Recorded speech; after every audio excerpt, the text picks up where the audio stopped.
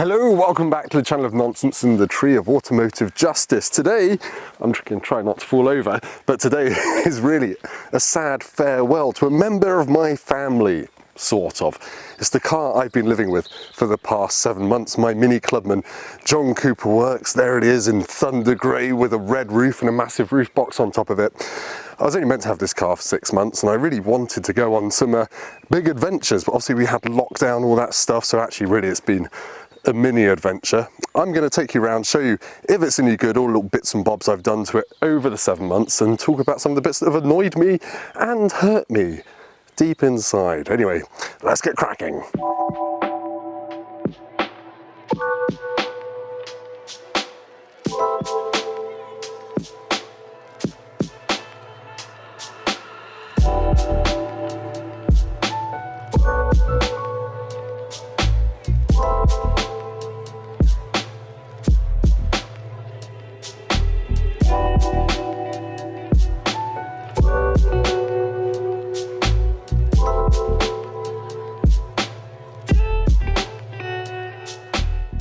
Now you might be wondering what the hell is a Mini Clubman? Quick refresher, it is the estate version of a Mini. So there's the kind of Countryman, which is the SUV thing, and then there's this, the Clubman, which is the estate thing.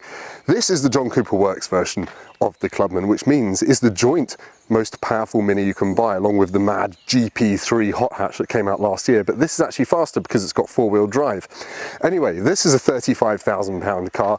This one has 6 grand of options on it. Do you want to hear them all? Let's read them out on my phone because that's professional. Goodness me, it has £600 of thunder grey paint. It has a Navigation Plus pack with wireless charging, which I can't use for reasons we'll get onto. Adaptive suspension, adaptive cruise control, black wheels with run flat tyres, which we will also come onto. Heated windscreen, roof rail, sunroof, tinted glass, first aid kit, Harman Kardon Hi-Fi. Didn't say Carmen Harden for once, and a head-up display. So yeah, 41 grand of Mini right here. So it better be good, right? Yeah, well, let's find out if it is. You can tell that this is the Chanel one because it's got the red stripe denoting John Cooper Works across the front. It's got fantastic headlights, driven this a lot at night, and they are really good, but it's got an automatic high beam, low beam thing. And it does dazzle other people occasionally, and you get the occasional flash. So I think it might be also because it's got really firm suspension, it's a bit bouncy. It's got a vent here, which, hey, guess what, everyone? It's not real. That's a fake vent, loses points for that. Otherwise, I quite like it with these kind of menacing gloss black bits around the headlights. It's okay, but the best bit is probably what's under there. Let's have a quick look at that. It's quite warm under. I probably shouldn't be leaning on that, but anyway, this is a 2-litre 4-cylinder turbocharged engine with 306 horsepower, 450 newton meters of torque, and it's good for 0 to 62 in 4.9 seconds, which is quite quick because it's got 4-wheel drive. It's got an 8-speed ZF automatic gearbox or a torque converter, and it's got a top speed of 155 miles an hour, which I have done. Not in the UK, obviously, but I drove this car on a launch back in 2019, feels like a lifetime ago, and we went on some autobahns in Germany. It got to 155 really, really quickly. It is a proper quick car. Doesn't make a great noise. You kind of get this fake noise piped into the cabin, which does my head in a little bit. It's from the BMW M235i, not the 6-cylinder one, obviously. It's okay, and it gets about 30 mpg no matter what you do with it. But anyway, I think the rest of the car is probably a bit more interesting. Let's have a look at the side and the back. Well, from the front, the Clubman looks like pretty much every other Mini. It's from the side and from the back where it starts to look different and more estate car-y. Let's talk about some bits and bobs around here. This has got £700 worth of adaptive dampers, and if you're going to buy one of these, definitely get them, because the ride-on stand suspension is, oh my god, hard, and at least with this you can soften it off or firm it up if you want to. It's also got optional black wheels, which they're all right until you lend it to a Scottish presenter from Drive Tribe's YouTube channel, who will then curb the front left one into oblivion, which might be why you're not seeing that. And they look dirty quite quickly, which is odd considering that they're black. You might have spotted the massive great roof box on this. I've put some official Mini accessories on this car to tart it up a bit, and the boot's not so big, we'll get to that. So top box, very handy, but it does whistle like a mofo above 40 miles an hour, which is a little bit annoying, but it looks good. And I've just seen about 3 other Minis in my town with this exact top box on the roof. So obviously families, if you need some more space, do get one of those. This has actually been fine for family duties. Let's look at the boot and I'll explain why. Now we're at the back of the car, you're probably thinking, oh yeah, I know the Clubman, that's the one with the vertically split tailgate with the off-centre B that's over to one side, because obviously you can't cut a letter in half. Anyway, you've got two massive tailpipes to tell everyone it's the fast one, along with the John Cooper Works badge, and the racist Union Jack tail lights. I'm joking, they're not racist, they're just quite quirky, quite cool.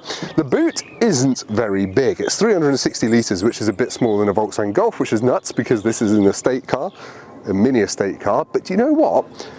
It's actually been perfectly fine. I brought my second daughter home from hospital after being born and I thought, oh God, 2 kids, small boot, it's going to be a nightmare. And it's been fine. I've not really struggled to fit anything in here, and anything that has been too big I've stuffed in the top box to make extra space. It's only really massive buggies that take up the whole space, so then you end up using the footwells and things like that. But honestly, it's not really been a problem, I guess because I've not been on any massive holidays or road trips. Now, as I said, I've accessorised this car and I've put a wipe clean rubber boot mat protector thing, which is quite nice just for chucking family stuff, corpses, ocelots, whatever in there, and they all come out clean, you can wipe it down. And all the mats in this car, because I've got floor mats as well, I've got this cute little mini badge on them, which makes them feel quite high quality. It's decent, you've got some little net bits, and yeah, it's not a huge space, but it's fine, and I'm surprised that it's not frustrated me. However, there is one quite big downside to this car that I've discovered by living with it, and that is this sporty spoiler here. Every time I put something in the very back of this boot and I want to get it out, I go like this and I smack my head really hard on this spoiler, and I've actually dented it with my big brick head. So sorry Mini, but redesign that. You just don't see it for some reason. When you bend down, perhaps I'm an idiot. I am an idiot, but yeah, I've done it a lot. This hurts. Backseat space in the Clubman is okay. I've got some knee room, I've got some foot room, and I've got loads of headroom, or enough. That's my driving position. I would say the seat backs are kind of rock hard plastic. It's a little padded there, but my knees don't fit into that little divot there. You've got 2 USB-Cs. I've had 2 child seats back here, just about fitting okay, although the bigger one for my toddler does rub a bit on the back of the seat, so that's kind of rubbed the plastic a little bit. So as a family car, it's just about okay. Should point out this car has got 2 sunroofs, one at the front which opens, one at the back that doesn't. They've both got manually sliding things as well, so you can shade your kids but have sun coming in the front if you want to. With the roof box on, it's kind of made it feel a bit claustrophobic because obviously it's blocked out all the light. Now, the interior is usually the highlight of any Mini, and it's no different here in the Clubman JCW. It is lovely in here, and I've really enjoyed living with a Mini for 6 months because actually nothing has really got on my nerves. I've got a nice steering wheel, it's thin where it matters and thick where it doesn't. It's just actually been really nice to hold. It's not heated or anything. You've got adaptive cruise control, plasticky shift paddles, but they're quite high quality plastic, so I've not minded that. Digital dashboard is super simple, super clean. They've just put it on the rest of the Mini range with the facelift, but I think it's a little bit scratched already from someone dusting it, so a bit scared of that. Infotainment, dead simple, dead easy to use. It's got wireless Apple CarPlay, which has been an absolute godsend for listening to podcasts sitting in hospital car parks for 12 hours at a time because I've not been allowed in because of COVID. So actually I've spent so much time in this car. I reckon I sat in here for at least 24 hours one week just waiting outside a hospital, listening to podcasts, using the Harman Kardon sound system, which is okay, it's fine, it's bassy, it's fun, but I would definitely spend the £600–700 to get it because I don't think the entry-level one's anywhere near as good as that. What else do I like? I like the ring of colour you get round this. It's really simple and I'm being a bit basic, but it's cool and charming and quirky in a way that no other car really does anything like that. The start-stop button is this big satisfying red toggle switch down here which turns everything on and off. It's got heated seats. Now, the seats, they're the John Cooper Works seats, which you can add to basically any Mini now as an option to sportify things. And they're okay, but I don't love them. The headrests are non-adjustable and they're rock hard. At least where my head hits them at the top, it shatters my sinuses sometimes. So I've not been able to kind of lay back for 6–7 months. But I'm a tall bastard, so that's probably my own fault. What else do I need to tell you, really? I've got a little head-up display which isn't projected onto the windscreen, it's just a bit of plastic that pops up, but it works just the same and it's really good. It shows you your sat-nav, your speed, things like that. But by default, when you put the car in sport mode, it shows you some weird rev counter and it gets rid of your sat-nav directions. You can go into the menus and sort that out, but the first couple of times I was driving somewhere using the sat-nav and went to sport mode, I lost my directions in the head-up display. Little bit annoying. In terms of connectivity and charging, you've got a normal USB down here in a 12-volt socket. In the depths of here, you have got a USB-C. Under here, when you split this again, you've got a spring-loaded wireless charger for your phone. But I've got an iPhone 12 Pro Max in a thin Apple leather case. Does not fit. So I've not been able to charge my phone wirelessly in this car for the past 7 months, which is a little bit annoying because that's part of a 1,300 quid communications pack or something. And it's the same in all the new Minis, just can't charge a big phone wirelessly, so you've got to break out the cables. Anyway, enough of me whinging about minor things, let's go and drive it and see what it's like. Holy continuity, Batman, I'm wearing shorts. Yeah, due to reasons largely the fault of the GoPro Corporation, I've got to redo the driving bit. I filmed the rest of this video a couple of days ago. Anyway, let's talk about how the Mini Clubman JCW drives. You fire it into life using that little red start button. Automatic only, it's this 8-speed gearbox, so put it back into D, and off you go. Now, you might have heard then a bit of a burble from the exhaust. This car does start up with quite a loud blare sometimes, especially when it's cold. My neighbours have commented on it. I don't think they're annoyed, but it's not a quiet car, and obviously it's a 4-cylinder, so it sounds a bit chav. Am I still allowed to say that? I don't know. Anyway, first things you notice in this car, and one of my probably biggest driving whinges, is the steering. It's not got that classic Mini go-kart feel directness to it. It's a little bit woolly. And I don't know if that's down to the tyres on this car, which are run flats, which also don't do wonders for the ride, and they haven't actually got that much grip either. Or whether it's just because this is based on the BMW M135i kind of platform, which is a bigger, more grown-up thing than the 3-door Mini. And I did drive a 3-door Mini, the facelift one, a couple of weeks ago, and the steering in that felt night and day better than in this. So yeah, this has got a more relaxed, laid-back attitude to being a Mini. Because it's an estatey type thing. Let's talk about the ride as well, because most people think Minis are all ridiculously firm, uncomfortable, and that's all in the name of that go-kart handling again. This isn't that bad, but that's because this has got the, I think, £800 optional dynamic dampers, and basically you set up the driving modes. You have Sport, Normal and Green, and you can basically set Sport up to give you the firmer dynamic dampers. It's softer by default. Or you can have Sport mode set up to only give you sharper throttle response with the softer dampers. So you can tune it. You have to go through a couple of menus to do it.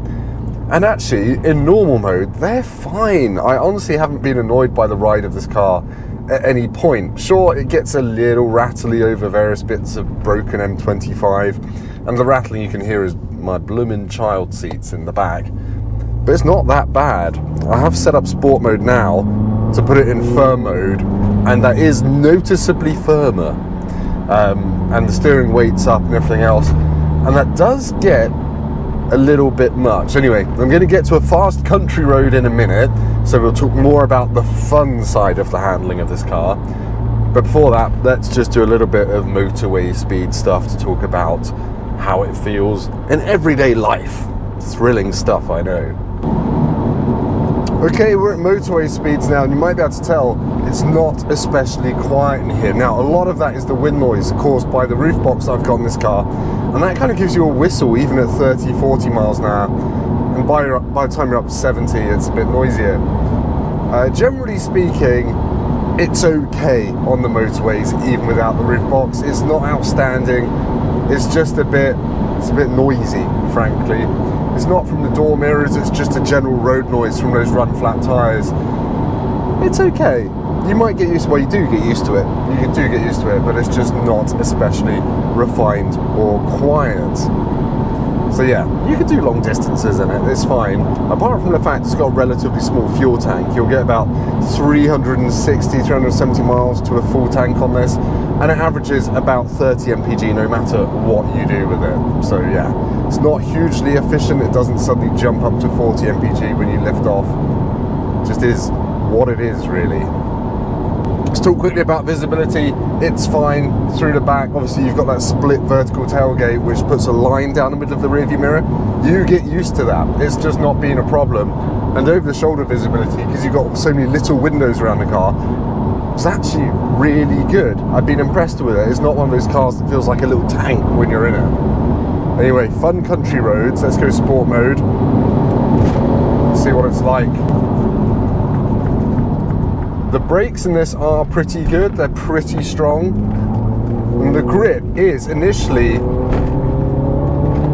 quite strong. However, it does understeer sooner than you might think. And that's purely because, I think, of the tyres. I don't remember having this problem on the launch fit because this has got optional wheels with run flats on it.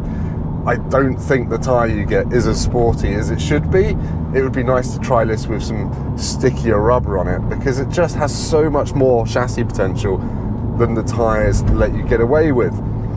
This does have a limited slip diff on the front axle, which you really do notice coming out of corners. It kind of pulls you around corners and hoiks you out and adds to the driving experience quite dramatically. But on a bumpy road, as with so many cars with limited slip front diff, you do kind of get the steering tugging here and there and you have to kind of fight the car a bit, but it's entertaining. It's entertaining.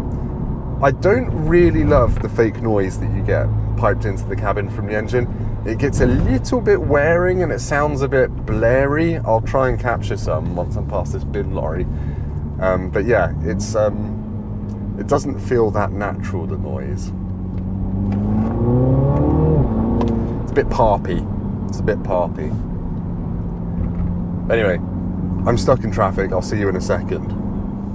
Now, 0 to 62 mile an hour for this car is 4.9 seconds, which sounds quite fast. Oh no, I've pressed the stability control into dynamic mode because, like fast BMWs, it lets you press it once and it puts in a slightly slacker mode. I'm in sport mode. Let's put the gearbox in sport mode as well, and let's come to a stop and see how it launches.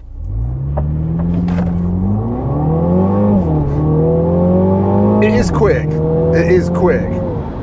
That didn't feel like launch control engaged properly. It is fast, but it's not necessarily as fast as something like a Golf R with a similar amount of power feels. This kind of just feels, I don't know, something in the delivery is not an exciting engine to rev out really, but you know, it is certainly quick. And as I said, I hit 155 mile an hour on the launch of this car in Germany really easily. Like, it gets up to the 155 mile an hour limiter on an Autobahn pretty decently.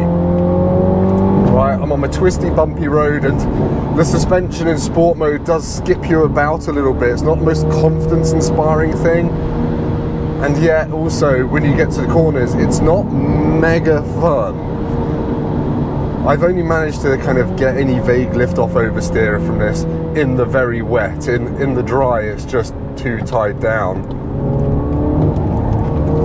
He says, doing a little bit, but I had to caveman it a little bit. Right, that brings me on to something else. The gearbox in this isn't the snappiest. It's a bit weird. Sometimes it's really abrupt and thumps you in the back in sport mode. Other times you ask for an upshift and you've hit the rev limiter before it gives it to you. And it's just a bit dim-witted. Like, for normal driving, perfectly fine. But this is the sporty one. And for sporty driving, it just doesn't really cut the mustard. And I think that's a criticism of the Mini GP3 as well, which shares basically this powertrain without the rear wheel drive. Now, I should point out that four-wheel drive is part-time. It's kind of like a Haldex type system. I drove this in the snow and it did not get stuck. It didn't even get vaguely stuck. And as I said, I took it to a car park and it did some skids and donuts and was quite a lot of fun. But yeah, if you do think you want four-wheel drive because you live somewhere where it gets snowy, this is actually really decent. Obviously, it's not got ground clearance, so it's not an off-roader, but for slippery conditions, it's quite good. Anyway, that's probably enough of me waffling about the way this drives. It's fast, doesn't feel that fast all the time, but it is quick, and it's not a huge amount of fun, but it's okay. There we go, slightly waffly. Back to you, Tim, for an outro. So, after living with a Mini Clubman JCW for 7 months, will I miss it when it goes back next week to BMW and Mini? Yes, I will. It's been really nice living with a Mini, just because they've got a feel-good factor. When you get in them in a cold, dreary winter's morning, you get in, it lights up and it fills your heart with a bit of joy. And just, you don't get that from any other car. Downsides, it's not that roomy. It's a bit small for a family of 4. My 2 kids are just about small enough to be okay with it, and not going on holidays has kind of made it okay. It can be firm. The driving is fun, it's fast, it's frantic, but sometimes it understeers before you want it to, and the gearbox is a bit dim-witted sometimes, and the fake noise does my head in a bit. But you can do skids in the snow in big car parks, apparently.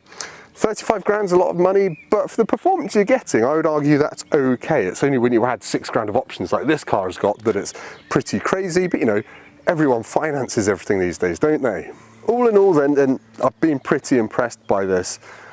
As a package, as a family car, it does work well, and it's nice that it doesn't take up loads of space on the street, yet you can still just about pack everything into it. And it's fast and it stands out and it's just a bit different, and really I think that's why you go and buy a Mini, isn't it? Just to kind of be a little bit quirky and not just have another Skoda. Speaking of which, that might be my next car, but anyway, don't tell anyone. Thank you ever so much for watching. Hopefully this has been useful, vaguely entertaining, or just totally boring. Please drop a comment in the comments below, call me an idiot, something like that, criticise my hair, and subscribe, and I'll see you next time, where I won't be with my Mini, because it would have gone back. Sad times. Goodbye, everyone. Cheers.